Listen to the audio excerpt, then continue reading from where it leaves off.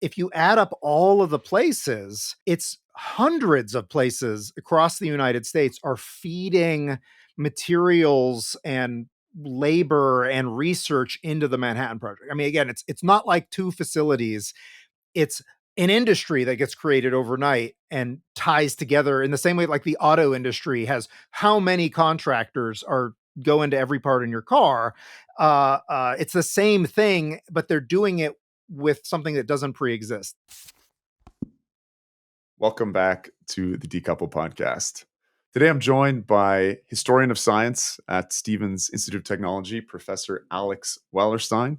Professor Wellerstein studies the history of nuclear weapons. And for those nerds who like to play around on the internet, on cool websites, he's also the creator of Nuke Map. Dr. Wellerstein, welcome to Decouple. It's a pleasure to have you here. Happy to be here. All right. So, I've decided at Decouple, we're, something like 240 episodes in. We do talk about I delude myself by saying we talk about a broad array of topics. We're pretty nuclear energy focused here. We have not done an episode on the bomb yet.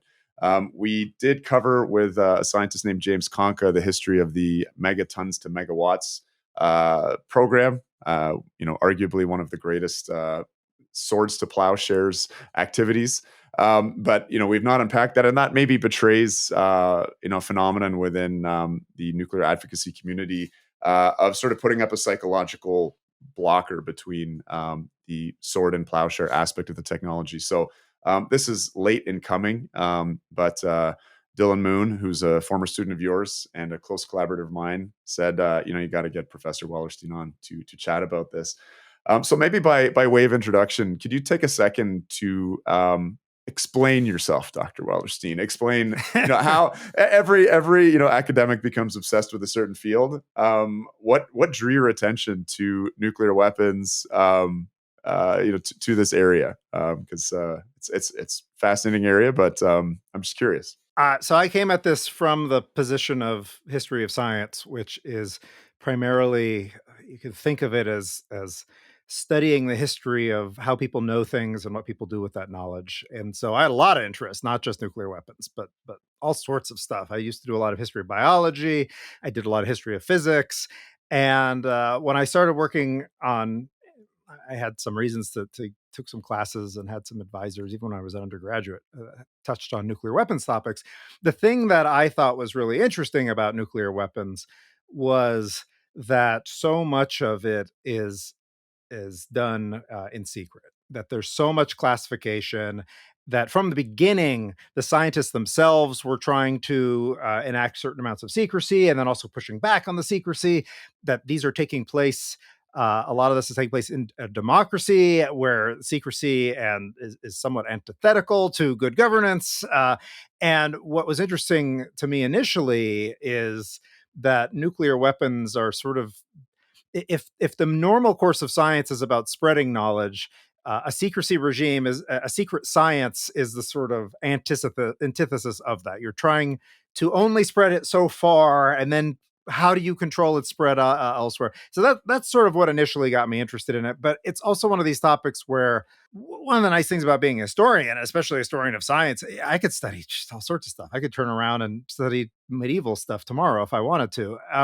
But I just have never gotten bored with nuclear weapons. There's continuously more stuff to find and to learn, and the stakes are really high.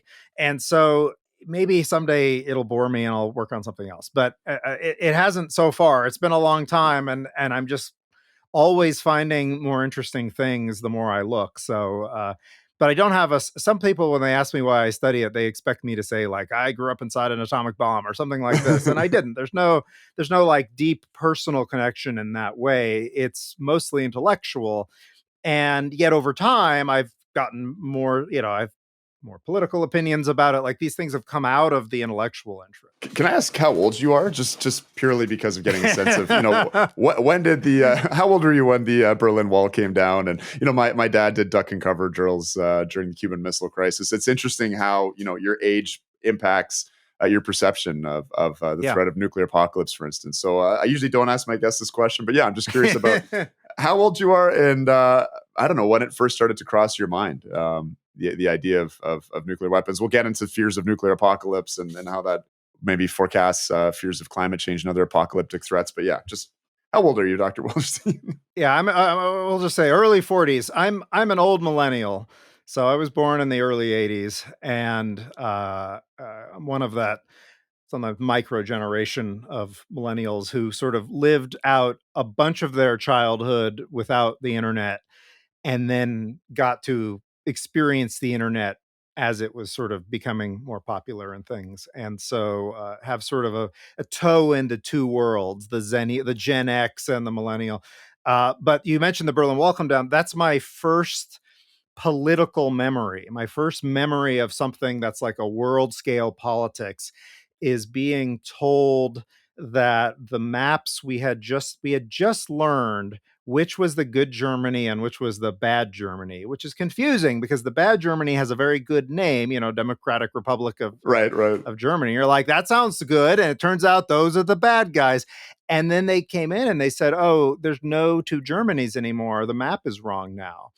And for me, this was like, what do you mean the map is wrong? How can the map be wrong? Right? Like, how is that a possibility? I thought the map was the source of truth and knowledge. And I don't know. It was like a big moment for me to realize that these things can be outdated very quickly. And I remember and I remember watching on TV the stuff about the shelling of the Russian parliament, and so like those are very formative for me, but I did not grow up in a state of like nuclear fear.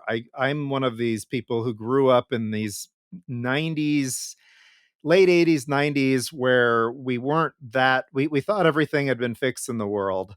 And that if we just recycled and picked up trash, we would fix all the problems. And then 9/11 happened and changed everything. And so like that, I think that I do see as a historian, I try to know my own context as I study the past, because obviously I'm bringing a subjectivity to it when I imagine what's going on inside people's heads and what's going on that's not written in the documents and what tone of voice the documents reflect and things like this. And I definitely think about that quite a lot, that being in that particular place has given me a sensibility that is not the same as a lot of historians who came before me who were much more Cold War, and is also not the same as some of the ones who are younger than me who are, I don't know, they take things like the war on terror for granted because it's always been there. Whereas for me, definitely had this period of like, not that everything was great. There were all sorts of issues, but like they were not focused on the foreign politics as the major threat. And then suddenly with 9/11, it was like, oh no, we're vulnerable again. Oh no. Oh no, our government might be overreacting. And like that sensibility is I definitely bring that to a lot of the stuff I study and how I think about it. Yeah, and I was just asking because I think there was this sort of great breath we could all take when the Berlin Wall fell, and particularly when it comes to nuclear fear. But let's jump into the matter at hand now that we've gotten to know each other a little bit, established ourselves as brother. Children of the early 1980s here. So yeah, let's go back to I guess where this all begins in terms of some of the early discoveries of fission. And I'm imagining, in terms of the earliest applications, you discover that you can unleash the strong nuclear force. That's going to tend towards the idea of a bomb rather than the idea that you could tame this force and control it and sustain it and create power with it. Am I accurate in that? Were the first sort of thoughts when amongst the scientists that were discovering the phenomena immediately going to the power and horror of what this strong nuclear force could be deployed for in the form of a bomb? It was both, and it depends on who one looks at. There were only a few who immediately saw it as a bomb. There were definitely a lot who saw it in terms of reactors. Some of the earliest work was were done by people who were mostly thinking in terms of reactors, even as military. I mean, and which we should point out, this is happening in 1939 as and the world is ramping up to war. So definitely military implications are on people's mind. The initial thoughts about reactors were also, oh, maybe you could power a big boat with this or something like this, right? Like, which could have a military. Maybe you could generate electricity. We need electricity in war for a big factory or something, right? Um, but it's kind of a mix. You do have some people who immediately jump towards the bomb stuff. One thing I find really interesting, and it's relevant to this whole story, is when I say it depends on who you're looking at, it also depends on like what's their place in the world at that moment. So the people who immediately start thinking about weapons and are afraid of them are people, usually Jewish, who fled Europe because of the Nazis and are now in the United Kingdom or the United States and are seeing this discovery coming out of Berlin. And they're the ones who start to immediately start to try to raise the alarms all over the place because they are they find it utterly plausible that the Nazis could make and use this weapon. If there's a weapon to be made, they don't want them to do it, and their fear is really high. Whereas some of the American scientists who are, I don't want to say Native American, born and bred American, right? Ernest Lawrence, that type, they're often more skeptical that there's a military thing to worry about because they're like, we just discovered this thing on a experimental apparatus the size of a dinner table. We're not going to get a weapon out of that within the next couple of years. It takes a decade for these technologies to mature, and there's so many unknowns. Why are you worried about this? But it's the people who are already in this state of fear because they've already had to like flee and lose things that are the ones who push initially. And I'll just throw in, because it's kind of interesting, spoilers, the Germans don't make a bomb. One of the reasons they don't make a bomb is they are not as afraid of an American bomb as the Americans are afraid of a German bomb. There's a fear asymmetry there because the Germans are sort of confident, yeah, we'll do great, we're fine, we're the best. They're not as afraid of Americans as Americans are afraid of Hitler. And so that's one of the reasons there's so much drive from the United States and the United Kingdom, pushed by these people who are even more afraid than the other people in the country, and convincing them they should be afraid as well. Mm-hmm, mm-hmm. I guess in the early days, so like anyway. People who think about reactors, like the French are thinking about reactors, they don't realize the Germans are at their door, right? Like they don't realize what's about to happen. Like they're like, oh, this would be very cool. What if we had a reactor? Like they are not afraid enough, basically, to immediately think the bomb is going to be the first thing that's going to come out of this. And in terms of kind of wrestling with the morality of the destructive power, et cetera, that becomes a lot easier to do if you're a Jewish refugee worried about the Nazis getting this ultimate destructive power. So that makes sense. Yeah. We chatted a bit this is why you get somebody like Einstein involved, who is a pacifist, right? Like this is not a guy who wanted to use the bomb. And this is not a guy who is in favor of war or war making at all. He's explicitly a pacifist, but he is willing to send out a warning about German atomic interests. And he's willing to do that. You can't neglect the fact of he's in a position to take that stuff more seriously than, again, even other physicists who are not yet ready to acknowledge the horror of what is about to happen in the world. So you mentioned there, I think, some scientists in the U.S. playing around with these apparatuses the size of a dinner plate and saying, "Hey, bomb would be a long ways off." Dinner table, but yeah, dinner table. Okay, I mean, it is extraordinary that a bomb was actually not a long ways off. And so I do want to, without diving into all the depths of the Manhattan Project, which I understand you're a scholar of, I do want to get a sense just of this incredible scientific and industrial mobilization that led to these crash timelines of producing this weapon on time. So, I mean, maybe we'll start with the industrial side of things. I mean, you hear rumors that a certain percentage of all U.S. electricity production went into that gas diffusion plant in I think Oak Ridges. But I don't know if you can wow us with some more stats about just how ambitious this project was, how much resources it consumed. I guess ultimately that's one of the reasons why the U.S. was able to seal the deal in terms of the Nazis just sort of starting to run out of resources. But yeah, hit us with some entertaining factoids and stunning facts we haven't considered. Well, what I would and during the run up to this, what I would say is you have the discovery of fission in 39. You have like the Einstein-Szilard letter. And then you have this like not really a bomb program. This is the Uranium Committee. This is what I would just call a straight research program. Like the output is going to be a report. It's not going to be a bomb, right? It's tiny. It's not well funded. It's not well run. It's like a baby, could you make a bomb program, which is not the same thing. And the British have the same thing. That launches when? When does that launch? 39, end of 39, like October 39. And that doesn't really do much. I mean, they do a few little things, but it really doesn't get that far because there's no drive behind it. The British have their own version of this in the UK, and they come to the conclusion that you could make a bomb with very little fissile material if you purified it. And even the fact that, like, that's obvious to us today, that's how we talk about it, but they didn't really have that squared up until that moment. They weren't sure if a bomb was going to have enriched uranium or if it was just going to be basically a big reactor. They had ideas about it, like, is a bomb something different than a exploding nuclear reactor?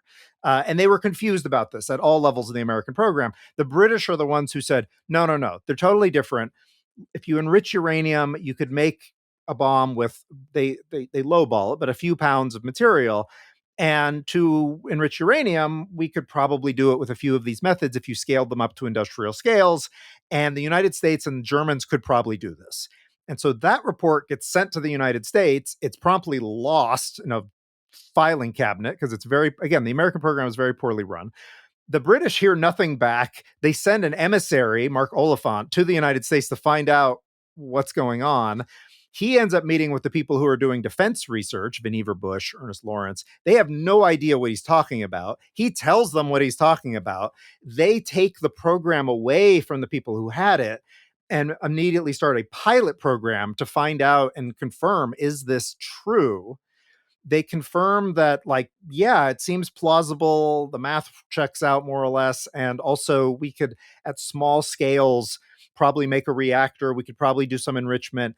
And then they go to Roosevelt by 42 and say, we think we could actually make a bomb if we put this in charge of if the army in charge of the industrial side of this. And Roosevelt says, okay, FDR, literally writes that, and it's done. And so that's the Manhattan Project. And I just point that out because, one, there's a lot of slippage, like the Germans had a nuclear program. They did, but it was mostly in those, like, first two stages. They never got to production. They never okayed, let's do a thing. So their stuff is literally 1,000 times smaller on every scale than the American stuff. The Manhattan Project is that's the crash program. And in some ways, that's even more amazing because they go from mid 42 to mid 45. And what they are doing is building an entire nuclear industry. And they're building a full fuel cycle, having never done it before in, essentially 2.5 years. And that's still the world's fastest nuclear program. I mean, even though they didn't know what they were doing, they didn't take shortcuts at all. They did redundancy. So what they were doing, they didn't know whether enrichment or plutonium were going to be the best shot. So they said, let's do both. They did things like they were pretty sure they were going to use graphite as the moderator, but they built 3 heavy water production plants just in case they needed it, right? Like, that's the extra step they took. In terms of wowing you with numbers, uh, uh, there's one number that's really interestingly consistent among a lot of the statistics, including the electricity one, which is about 1%. So they used about 1% of all American electricity for the Manhattan Project. You'll see sometimes bigger numbers out there for K25 or whatever, and they're either confused or they're referring to something more specific. Cameron Reed, who's a physicist and historian, has, like, done the math on this and figured out it's about 1%, which I think makes sense. The total cost in terms of the war was about 1% of the total war budget, which, again, 1% is not the biggest percentage, but for the entire World War II, 1% of that is going towards the Manhattan Project. In terms of patent applications filled out, it's 1% of all patent applications during those years are related to the Manhattan Project, which that's just a phenomenal amount. That's a whole industry, right? That is literally an industrial sized scale. And then in terms of how many people worked on it, this is one of my favorite statistics. So at its peak in 1944, they had 125,000 people working on it. But if you actually look at how many people were at one time working on it and then like left the project and then got replaced, so that 125,000 is going up each month to that point, but they're also losing huge numbers each month, in part because the working conditions are really bad. And so at some of these big places like Oak Ridge and Hanford, they could have as many as 20% loss every month that they're replacing when they're then adding more people on. So the total number of people is more like 500,000 to maybe 600,000 who worked on this. So that's 1% of the US civilian labor force at that time. So if you were old enough to work and not drafted in the war, there's a 1 out of 100 chance you worked on the atomic bomb and probably didn't know it. And I think that's kind of an amazing. So, but that 1% mostly goes through, though at times, at one point in 1944, the Manhattan Project was using 50% of all the steel that was allocated to the army. I mean, like that's and this raised eyebrows. People said, "Why are we doing this? What is this project? We could be using the Right, steel for boats a and lot of other tanks. things." And like, no, we need the steel. Yeah, yeah. So, but that's the way I would think about it. It's not a science project. There's science involved, but it's an industrial project. And what's amazing about it is they're creating a significant large industry from scratch with almost no in between stages. So they go from Fermi's first reactor, which is put together by hand in the squash courts at University of Chicago, to industrial sized reactors at Hanford in almost one step. They have one little diversion. They also make the X10 reactor, but like they're going from the pilot scale to the industrial scale without much in between, and trying to do that without knowing a lot. So they just have to sort of guess on some of the numbers. And Groves, like with the reactors at Hanford, he famously made them a little bigger than the scientists thought he needed to, because he just wasn't sure they were right about all these numbers. And it turned out if he hadn't have done that, they wouldn't have worked correctly because there were effects they hadn't considered. And like there's stuff like that. But they have sort of the limiting factor they have is time, not money, not personnel, really not resources in the end. So what they do is they just spend all the money, get all the resources they possibly can get so that they can fit everything within this very Right, small right. amount of I mean, time. it sounds like there's only one country in the world at this point that could have pulled this off, that wasn't, under threat of bombardment or partially occupied or anything like that. I agree. Just that stat on 50% of US Army steel production. Like, I want to get a sense of what infrastructure was being built. You mentioned there's heavy water facilities that were built. There were Hanford piles, which I guess are a bunch of graphite, and I'm not sure if that was more for the plutonium side. I understand the gas diffusion building was the largest building in the world at that time. Just from 30,000 foot perspective, like what needed to be constructed in terms of physical infrastructure that was consuming. Again, 1% doesn't sound like a big number, but when you consider the whole US in a ramped up wartime effort, it's pretty big. The biggest facilities are Hanford and Oak Ridge. Hanford has three industrial sized nuclear reactors, graphite nuclear reactors. It also has, and these are even bigger than the reactors, the chemical processing facilities to extract the plutonium from the exposed fuel that they are using the reactors for. These are gigantic. They called them Queen Marys because they're the approximate same dimensions of a Really? cruise ship. Uh, and yeah, yeah, and they are huge. They're fascinating. Like they're a big nasty chemical process that gets worked out by Glenn Seaborg and his people. And it's not super efficient, but it works. It uses really caustic acids and who knows what, all sorts of things.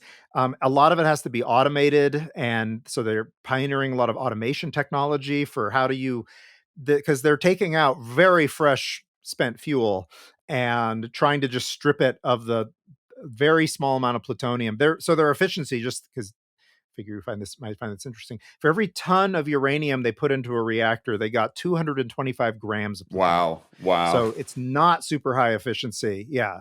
And they could process, I think it's 30 tons a month. And so that gets you, And are they 20 starting with kilograms or natural something like that a uranium, month. and then the challenge here is extracting the plutonium, versus in the uranium bomb production, it's enriching up to 90%. Okay, so Hanford is the plutonium side.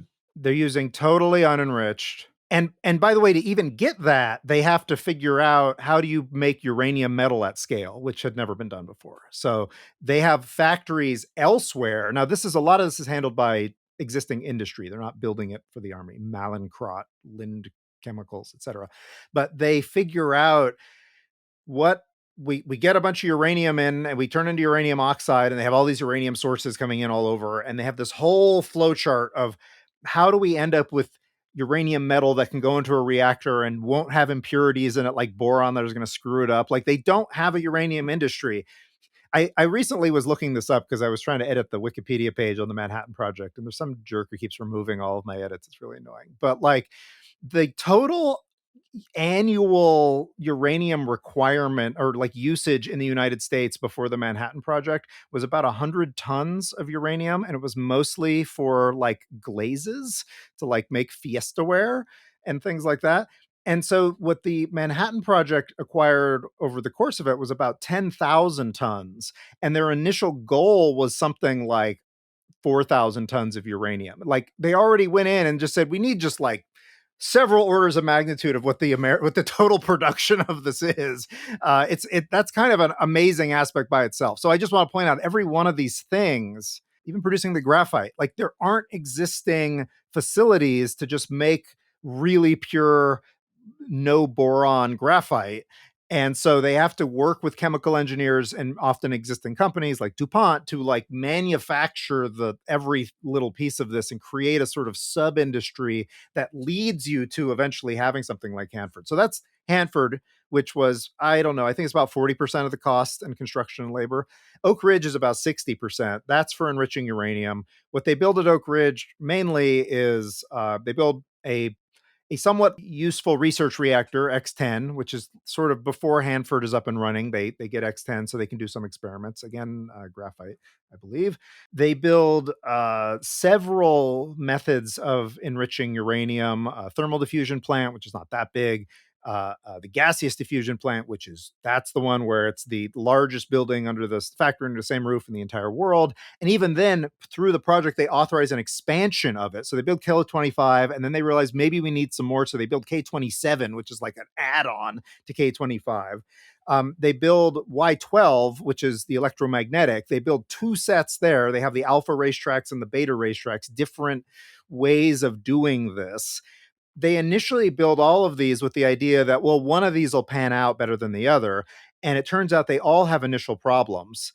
And so they figure out that what they can do is chain them together. So they use thermal diffusion to get you from natural to, I don't know, like zero 0.1 or something like that, something very low, but still like it's some of the work. Then you put it through K25 and you can get it up to, I don't have a number in front of me, like 70% or something.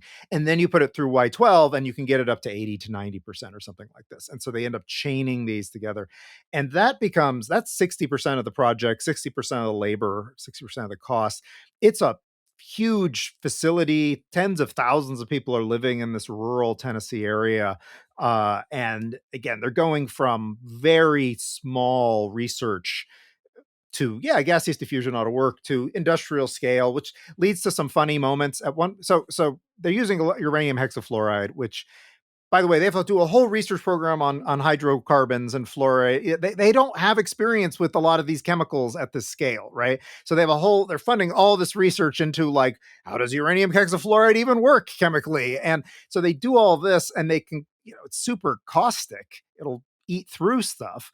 And they know that nickel is something it won't eat through. And so they say, okay, we'll make all the pipes out of nickel. And then somebody actually does the math, and they're like, that's way more than the world nickel supply. Like, we cannot make hundreds of miles of nickel in the pipes. And so somebody has that, well, what if we just plated the pipes? Okay, that makes a lot more sense. A little thin layer. They famously, this is one of the things at Y12, they need, electromagnetic uses these gigantic magnets, or things that can conduct magnetic and electricity and things like that. And they initially want to use copper, but that's so much copper, it's going to put a drain on the war program, because copper is used in shells and bullets and things like this. So they go to the treasury and they borrow the amount of silver they need, because on loan, and they say, we'll give it back, but silver is conductive as well. And so they just like basically take out these tons of silver. And there's this funny exchange where the guy who sent to do this is talking to the chairman of the treasury or whatever, and they say, well, how much silver do you need to borrow? And I don't remember what the number, it's some tons, 1,000 tons. And he says, my man, we measure silver in troy ounces, right? Like, it's just, they don't. And funnily, just as an aside, the silver program is fascinating because they are, the security is really high around the silver, maybe even more than around the uranium, because they're not making that much uranium. And then two, nobody at Oak Ridge really knows how valuable enriched uranium is, but they all know how valuable silver is. And so the theft problem is really high. And so this is actually one of the few places there's so much weird stuff. They introduced polygraphs into screening military people for the silver program to make sure people aren't stealing silver. It's like the first time this gets used for this purpose. And then also they keep such close records that they end up, the silver is not coming, it's coming them in bullion, and they need it to be in wires. So there has to be a place that melts it and turns it into the wires and wraps them. And at every stage, they're keeping such close analysis. They end up returning more silver than they borrowed because of just the differences and how well the weighing was. It turns out the final version of it, I don't know if it had any extra added or if it was just like the numbers are so close, but they get it down to the troy ounce, like, and literally return a little bit more. But they're also aware that if they don't do this, it'll be a scandal, et cetera. So anyway, this is just to give you a sense. And I say these things, these are the big places. If you ask where, and also there's Los Alamos, which is very small compared to these things, but whatever, it's still there. Like, if you ask like the Manhattan Project, this is what people say. All of these places are being fed materials from other places. I mentioned the uranium and the silver, but like the glassware, the switches, every little part, and also specialized chemicals. They need bismuth. They need polonium. They have a whole secret facility for making polonium in Ohio. They have all these different inputs. If you add up all of the places, it's hundreds of places across the United States are feeding materials and labor and research into the Manhattan Project. I mean, again, it's not like two facilities. It's an industry that gets created overnight and ties together in the same way like the auto industry has how many contractors go into every part in your car. It's the same thing, but they're doing it with something that doesn't pre-exist. And just to finish this long thought, that's why it's the Manhattan Project. They set up the initial office in Manhattan because that's where the headquarters of all the major industry companies are. And that's how they're going to tie these things together. And then it turns out that's a very convenient, misleading sort of name because most of the actual work is not taking place in Manhattan. Crazy. So, I mean, this does sound like the world's largest scientific industrial mobilization. I mean, how does it compare to something like the space race? And the Sputnik anxiety and gearing up to, understand rocketry and develop ICBMs and things like that. Is that just a drop in the bucket of the kind of efforts that were put into the Manhattan Project? No, those are very big. And actually, like the rocket programs, the space programs, those are bigger. But you have to remember those took place over longer time periods. And we're doing more than just trying to make like two bombs. And we're not crash programs in the same desperate, we're going to put stuff together with duct tape, essentially. We're going to invent duct tape. I don't know, I remember if they invent duct tape, but we're going to use it to hold everything together. I mean, the Manhattan Project is also cutting corners in all these ways. What I would say about the Manhattan Project, in a sort of putting perspective, it's not the biggest project of all time or anything. There are bigger ones. It's probably the fastest of that scale. Like, to do all that in 2.5 years, that's the thing where it's mind-blowing that they pulled that off. It's also the most secret. Like, the space race is not secret. It has secret parts, right? But they announce, here's our Gemini astronauts. They like tell everybody, we're going to go to the moon, right? Like, they announce the intention. The Manhattan Project, the fact that it even exists, that's the secret. It's not like after they drop the bombs, they can then say, oh yeah, we have the Atomic Energy Commission. It makes nuclear weapons. And people go, oh yeah, I know it does. It's big. It makes nuclear weapons. The Manhattan Project, the very existence that there is a project is the secret. And so I don't think it's the biggest in when especially when you start talking about like the later, anything with rockets is big, and making like lots of rockets is gigantic. Each of those kinds of things. It's not even the biggest for World War II. Like the B-29 program was more expensive than the Manhattan Project. but also the B-29 program made thousands of bombers, not one weapon. And not, I mean, they ended up making essentially 4 nuclear weapons over the course of the Manhattan Project during World War II, testing one of them, using 2 of them, and they basically had a third by the time the war ended. But like, I think the speed and the secrecy are where it really distinguishes itself. And also it becomes a model for other projects. And that's what I think, like, when people start thinking about space races, they're looking at things like the Manhattan Project. They're like, oh, yeah, we can actually do this kind of stuff. So that sort of thing has not happened.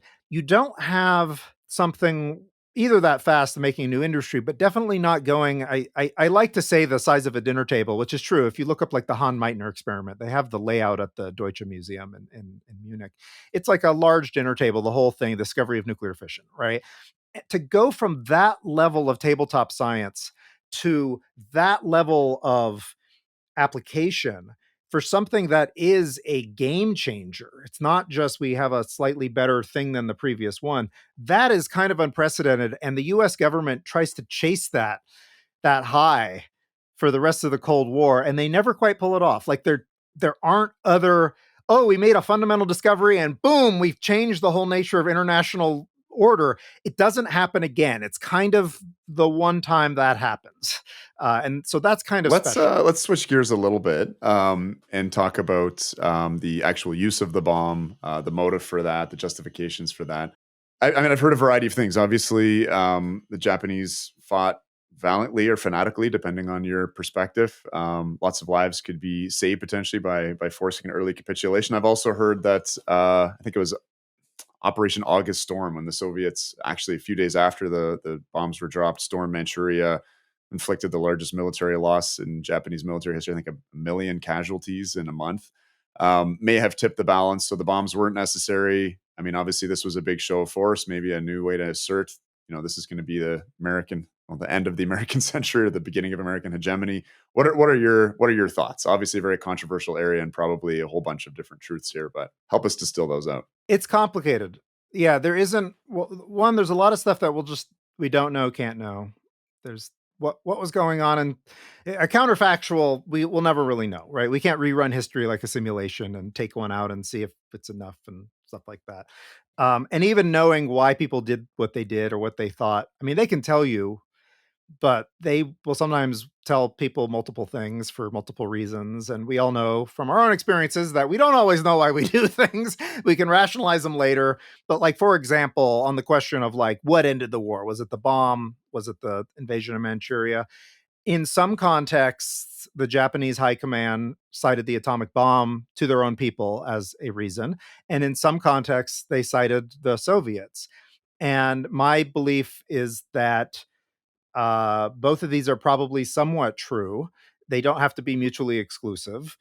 If you get in, so there's 2 separate questions here. There's why did we drop it? Did we need to drop it? And then there's the like, why did the Japanese surrender? Why don't we start with the Japanese and we can back up to the first one? There were the bad version of this that a lot of people have been told, and told largely by people who want to justify the use of the bomb. There's 2 bad versions of this. Depending on what your argument about the bomb is, you'll get one of either of them, but they're both bad. One is the Japanese are fanatical and they wanted to fight to the death and they have no interest in peace. And thus, like, there was nothing that we could do other than an invasion or something big and dramatic. And that's why we used the bomb. And that's why they surrendered, because they recognized that wasn't going to work. The other version is the Japanese were desperately trying to end the war and had even offered to surrender before the bomb was used. And so the bombs were just a show of force, maybe against the Soviet Union, and were not necessary at all because the Japanese wanted peace. And the reality is, within the Japanese high command, there's not a monolith. There's a spectrum of views that are getting worked out. There are people who are called the peace party who want to end the war. On some terms, they recognize this is not going well. They do not want to fight to the death. They'd like to end the war. What are those terms? They're not sure.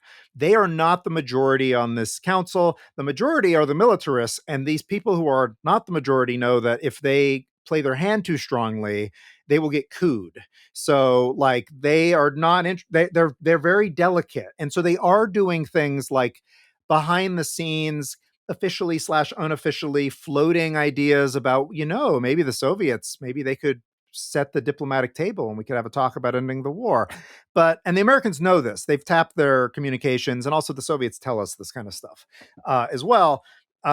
We know the Japanese are doing this, but we also know that one, the Japanese are still talking about like the terms, whereas the Americans don't want to talk about terms. They want unconditional surrender. And then also, they know that this is not an official position. This is like a minority trying to figure out what the options are, that maybe they can sell it to the majority, but they know they're not being presented as terms or surrender agreements or anything. They're being sort of tiptoed around, and they don't want to play that game. They also think that if you start to play that game, they'll try to bargain you to death, and they don't want to do that. They want the surrender or not. So their view is that the Japanese were not ready to surrender. The militarists, they have a spectrum. You have the actual fanatics who believe that somehow through some magical mysticism, Japan could still win this thing, which is nuts, right? Like that's not a sane position, but this is like an honor thing, right? And then you have the ones who I think of as like the pragmatic ones who are like, look, America's a democracy. They're not going to want to like suffer huge casualties. So if they invade and we put up a big show, make them bleed, they'll go to the bargaining table and we'll get more favorable terms. Like that's a terrible calculus, but you can see the logic. It's not a crazy one, right? And so like that's their situation. The people who want to end the war, when the bomb happens, they go, great, this is a perfect reason, right? We can say it's not we've been losing, it's not these other leaders have defeated. It's like, wow, the universe is against us. We should just end the war. That would not be a smart thing to do. This is our good excuse, save some face. When the Soviets invade, that does have a big effect on the militarists because they don't think they can put up with the Soviets and the Americans. And also, the Soviets are not democracy, so they don't care about losing people. And also, if you're going to get occupied, you don't want to end up like Poland, which they're watching that happen in real time, right? Where people are getting real cooed by the Soviets. And so that has an impact. It's also another, for the people who are already in the peace party, it's another great reason to end the war. Like, let's do it. And so in both of these situations, there are people who are looking for an excuse. The militarists, I do think, some of them seem affected by the bomb, some of them don't. Some of them seem affected by the Soviets. But either way, I think it's easy to make the argument that there is, in the timeline we live in, it's both. That's not to say that I have strong feelings about, well, what if you deleted one and reran history? I really just don't know. It's actually very dicey. Even the both in the timeline we lived in, it almost didn't happen. I mean, you could imagine the junior officers tried to do a coup when they found out this was being floated, essentially. And the head of the military shut them down before he killed himself. And like, you could imagine a world in which he doesn't do that. And instead, militarists do run the coup and the war keeps going on. Like, it's that slim of a margin. And I don't say that to discourage people from saying, well, you couldn't have used, maybe the bombs shouldn't have been used. I don't know. But I just point out that like the world we live in is still a thin margin. So it's hard for me to say what would be a better world at the end of both of those. I learned a tremendous amount from that answer. So no, honestly, thank you for it. I mean, you talked about secrecy, and I think one of the biggest secrets here is how many bombs do they have? And you said I think they had 4. How many were uranium type? How many were plutonium type?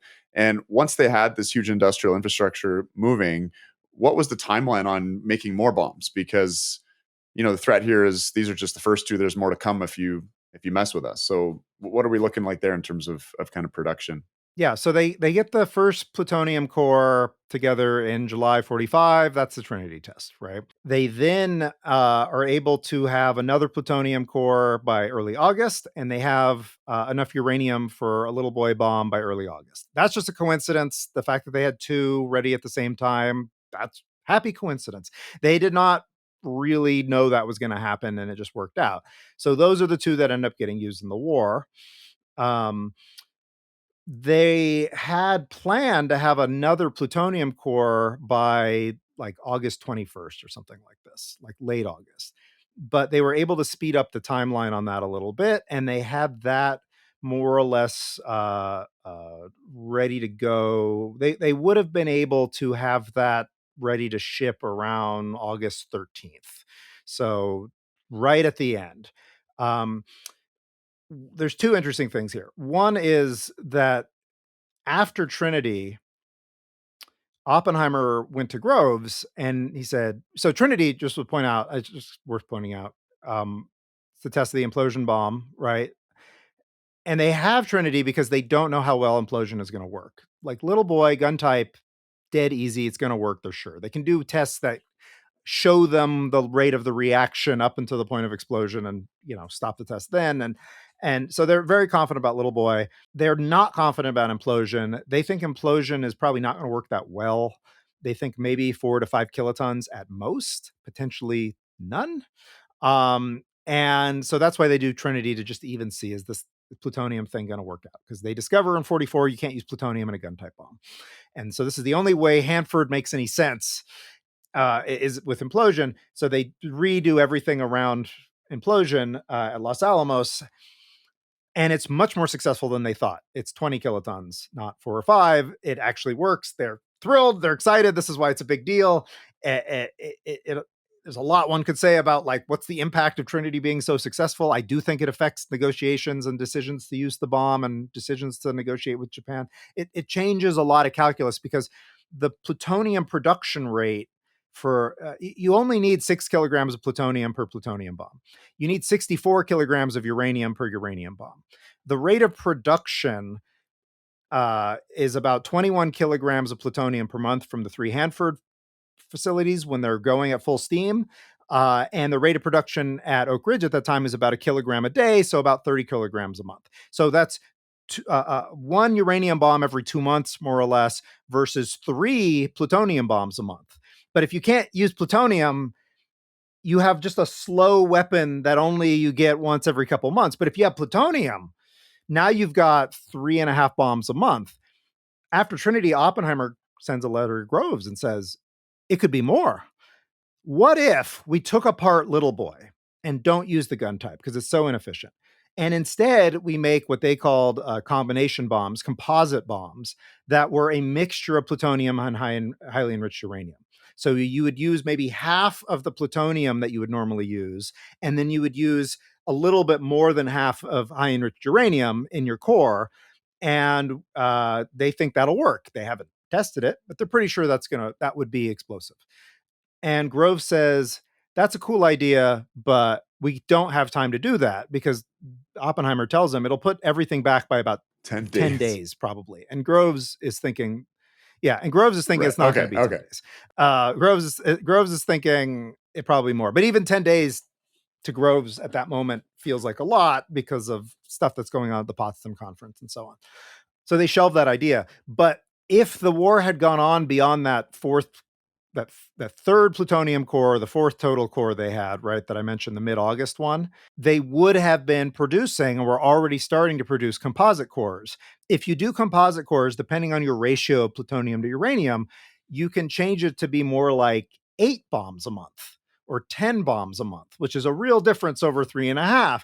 And so they are starting to think about, okay, well, if the bomb doesn't end the war, can we use these on more cities? We're going to run out of cities pretty quickly. What about tactical uses for the invasion? Do we drop it on a bunch of military bases and the beaches and then wait for the radiation to go down a little and then invade? Like, this is conversations that are being had. No decisions were made before the end of the war came. In part because Truman on August 10th shelved the next bomb somewhat indefinitely. So that's a whole other. The first 2 bombs get used.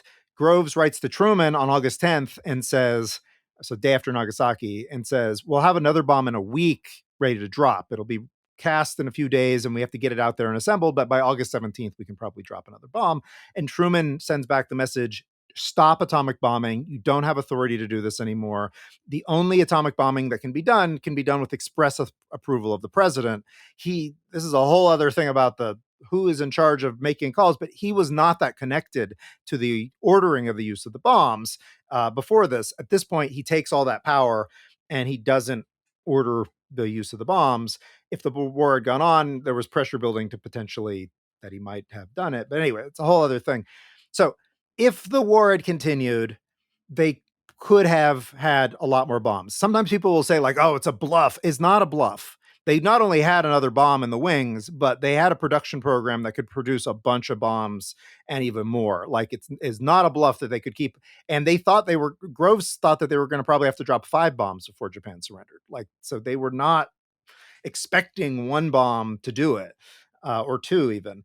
But what actually happened was the war ended and the whole Manhattan Project thing fell apart, and they stopped producing bombs essentially.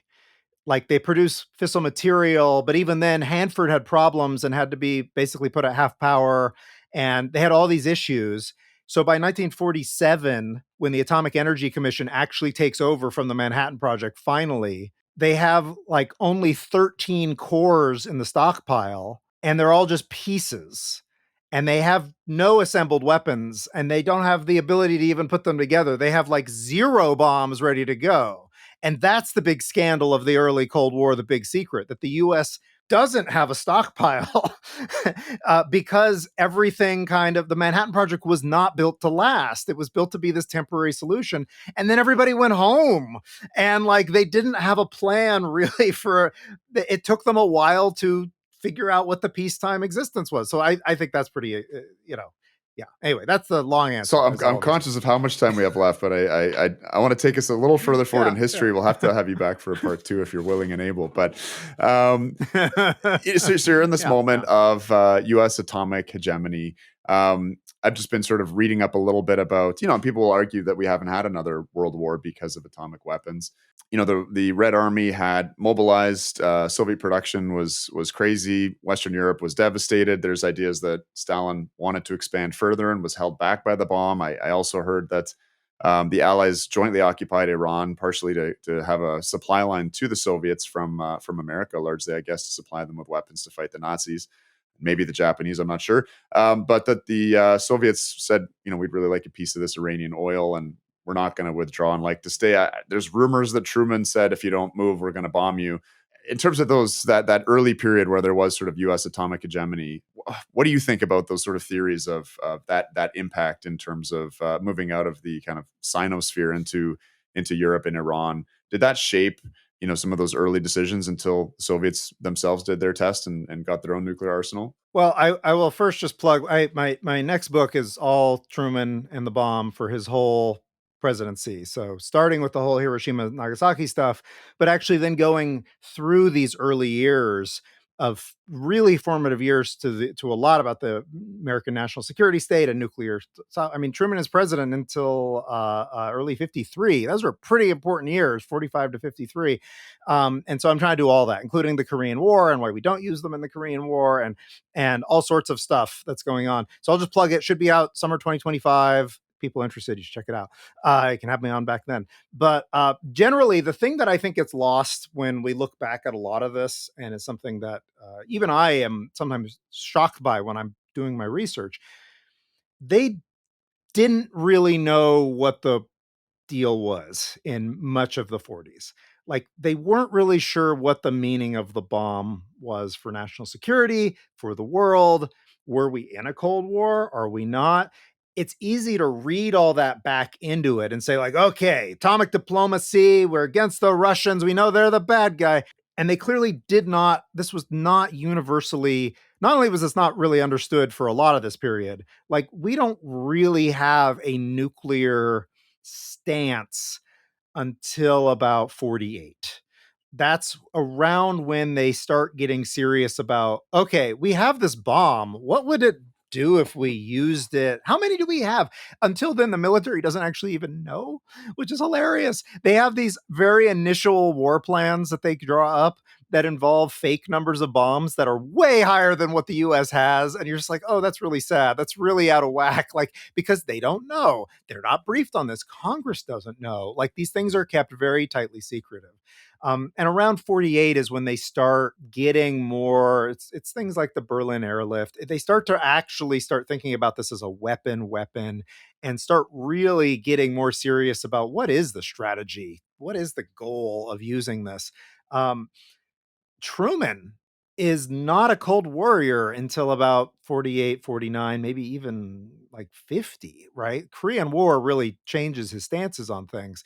But his belief in like 47, for example, is that Stalin is a good guy and that the problem is all the guys around Stalin. And that Stalin is, quote, honest as hell, direct quote, Harry Truman. And if you could just get through to him man to man, we would find that we and the Russians and the Soviets, we don't actually need to be in competition. We don't have mutually exclusive interests. They're not probably trying to take over the whole world. We all just kind of want the same thing, right? And it's shocking to read this stuff later because you're like, wow, Stalin, honest as hell. That's a wild take, man. And he keeps that attitude for a long time. And it takes a while before he's just like, no, actually, the Soviets are terrible. They're intractable. We can't deal with them, et cetera, et cetera. And I just bring that up because it's the kind of thing that like gets lost after the fact when you know how things are going to work out. So my sense, you have things that get interpreted as sort of atomic diplomacy, like again the Berlin situation. They move some B-29s to England and the idea is like, okay, they'll know those are the atomic bomb aircraft. And maybe there's a little bit of gaming going on there, but it's pretty unserious in my opinion. It's not until 50, 51 that there's some more serious stuff, and even that is bluffy more than real. So for example, and this is a big part of the book, Truman doesn't give the military access to nuclear weapons. One of the things the Atomic Energy Act does, and that initial order he does about not using them, is it centralizes that in a civilian authority, and only the president can transfer them into the military. And the military fully expects when this happens that they're just going to be able to get the weapons, right? Like obviously, it's be a pro forma thing. And Truman refuses repeatedly in 47, in 48, in 49, in 50. He just won't do it. And they are totally befuddled by this. They don't know what they're supposed to do. They're not allowed to have the bomb. Truman is extremely uninterested in using nuclear weapons after World War II, which is a fascinating thing that my book gets into. Like, why is this? But it's only in 51 that he authorizes them to have 9 nuclear cores out of 200 or so that have been built, to be stored in Guam, that the military can have, but they're not allowed to use them, but they're allowed to have them. And it's really, there's a whole why 9. It's supposed to be 10, but they had 10 non-nuclear assemblies at that base. He had authorized that. But then in transferring one of them, they crashed the plane and destroyed it and were not able to replace it because they had so few. So they only had 9. So they only got 9. Wow, right? Like what a weird thing. But and it turns out he only does that. Why does Truman authorize these 9 in 1951? It's not because he's actually trying to threaten the Soviets or planning to use them or threatening the Chinese. It's because he's firing General MacArthur. And this is how he gets the Joint Chiefs of Staff on his side to do that. And it's just like, and I love that episode because it's very what Truman is about. He's seeing this mostly as a domestic political thing, and he just is not interested. He's not thinking like we would think a Cold Warrior would think in this. So anyway, do the Americans try to bluff and use yeah, for sure, but they're not very serious about nuclear weapons. It's certainly not before 48, and even then it's really under Eisenhower that you start getting actual means of making nuclear war that don't look really, I would say, clunky. Like the war plans of the 40s are things that are along the lines of, well, on day 3, we'll move all the cores out to bases so that by day 7, we'll be ready to drop them. It's not like the whole war goes on over 5 hours. That's in the 50s. And so it's really a shift that happens. So in turn, to your general question, did the bombs stop World War III? I don't know. Like, it's really hard to say. There's You can look at any one of these incidences and try to see like what's the influence of the bomb, but the bomb is like one thing among others. It certainly is not something that these people are unaware of, but it's also not the only consideration. And what they're learning in the 40s also is what's the limits of having an atomic monopoly. They feel like that's going to get them a lot. And then it turns out, well, like with Korea, there's a lot of reasons they don't use them. But one is their own advisors are like, if we use them, like one, the tactical situation isn't such that using them is really going to get us a lot. And if it doesn't lead to some sort of decisive end, have we devalued the weapon, which we otherwise gives us all this prestige? Is this worse for us in the long run than just not using it? Like, there's real problems that come up if you actually start thinking through whether using it's a good idea or not. And also, our allies will be mad at us and all this kind of stuff.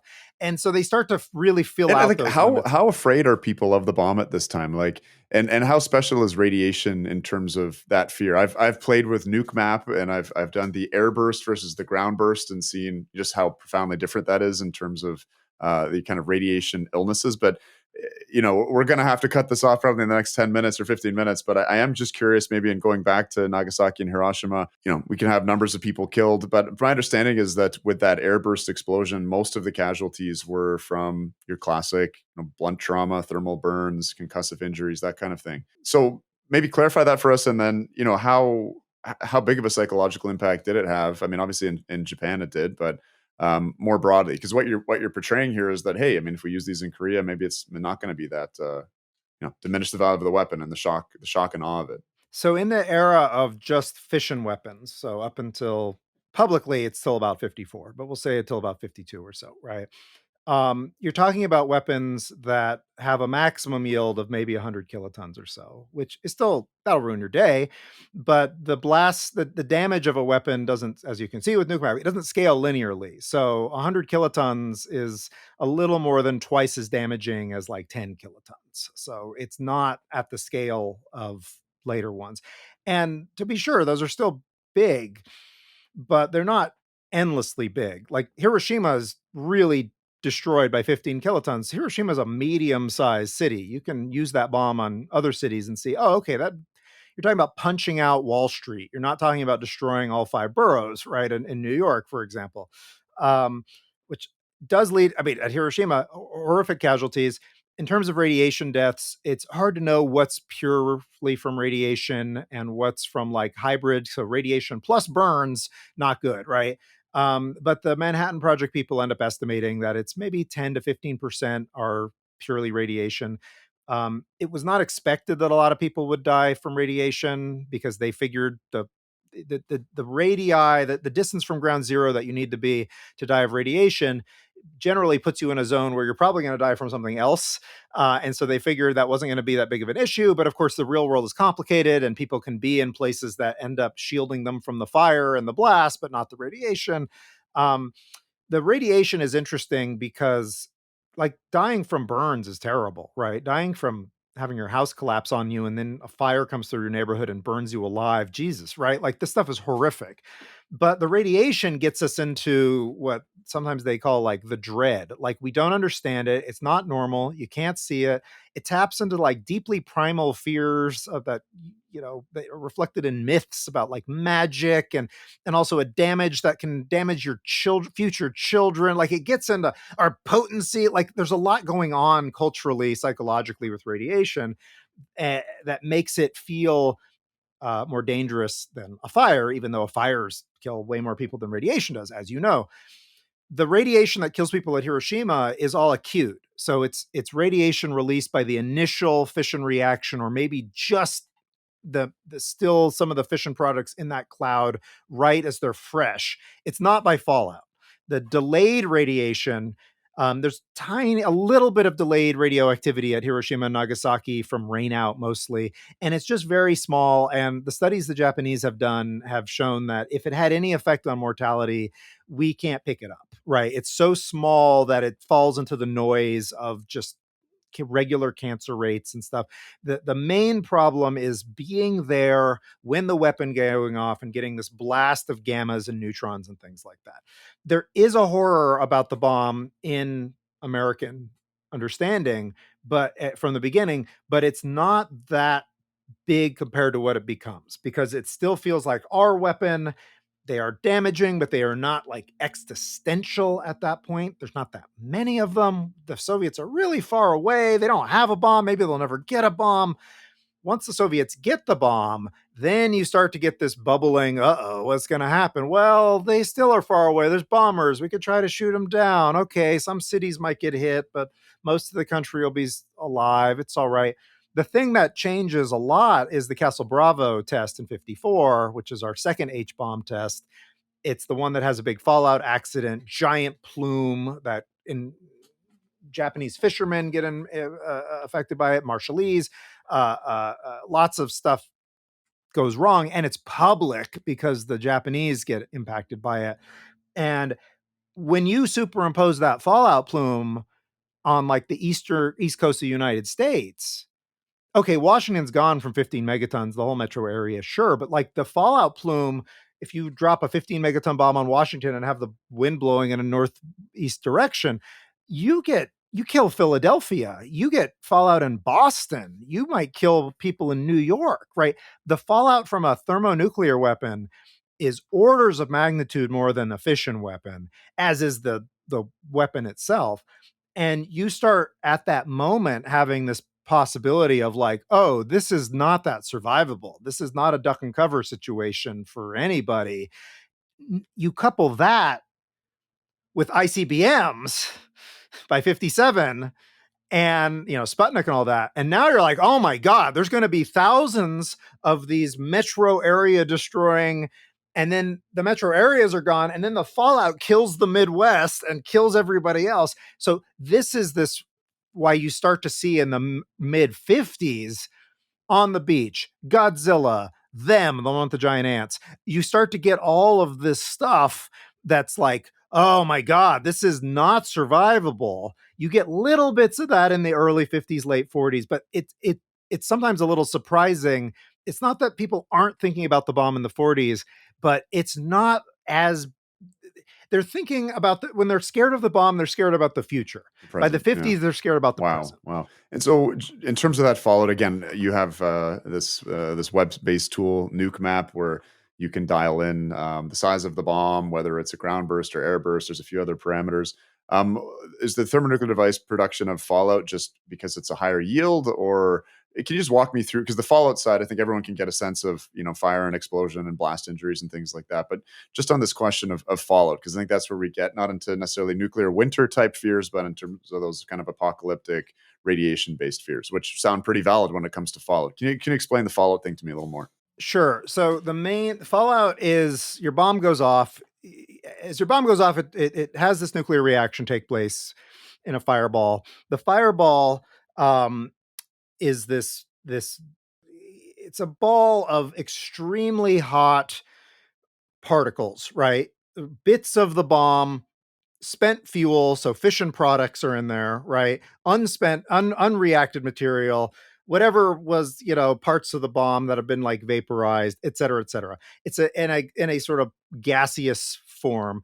It's hot physically and radioactively because it's got a bunch of fresh fission products in it, and it rises up through the atmosphere because it's low density and it's hot, right? So it's like a hot air balloon, and as it goes up, it's going to start cooling, so it's going to stop looking like a fireball and it's going to start looking like a cloud, right?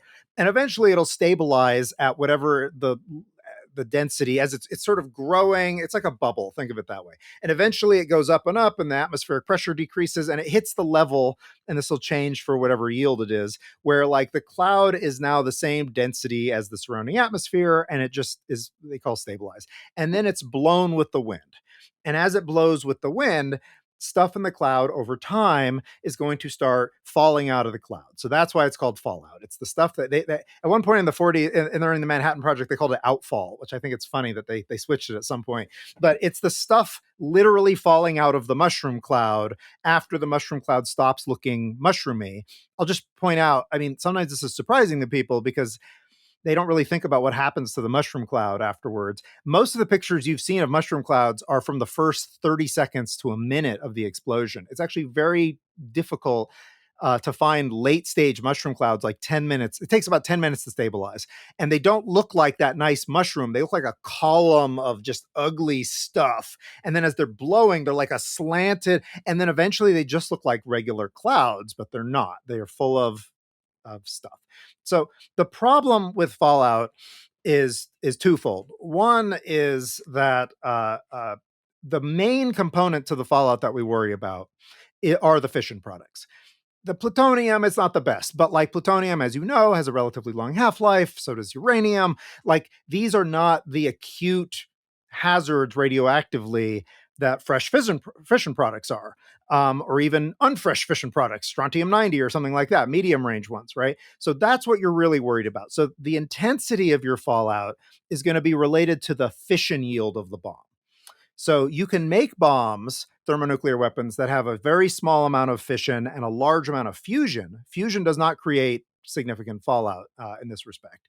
There's other things about there's also like activated products, and those just don't play that big of a role in this compared to the fission products. So I'm just going to ignore them. I'll acknowledge them now, but they're not important for thinking about civil defense and survival and shelters and things like that. They just don't add up to enough.